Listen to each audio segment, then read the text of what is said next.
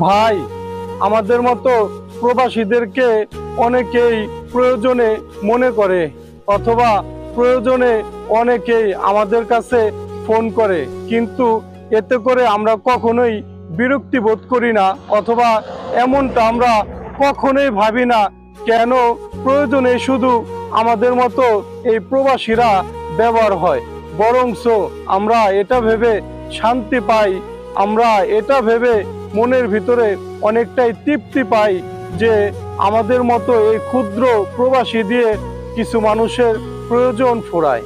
আমরা মানুষের কাছ থেকে অনেক বেশি অবহেলার শিকার হই, অনেক বেশি লাঞ্ছিত হই, কিন্তু সেগুলো আমরা কখনোই মনের ভিতরে পুষে রাখি না, কারণ আমরা প্রবাসী।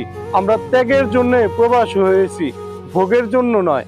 ভাই, প্রত্যেকটা প্রবাসীর জন্য আপনারা দোয়া করবেন মন থেকে, আমরা যেন প্রত্যেকটা মানুষের প্রয়োজনে জীবনটাকে উৎসর্গ করে দিতে পারি। ধন্যবাদ সবাইকে, ভালো থাকবেন।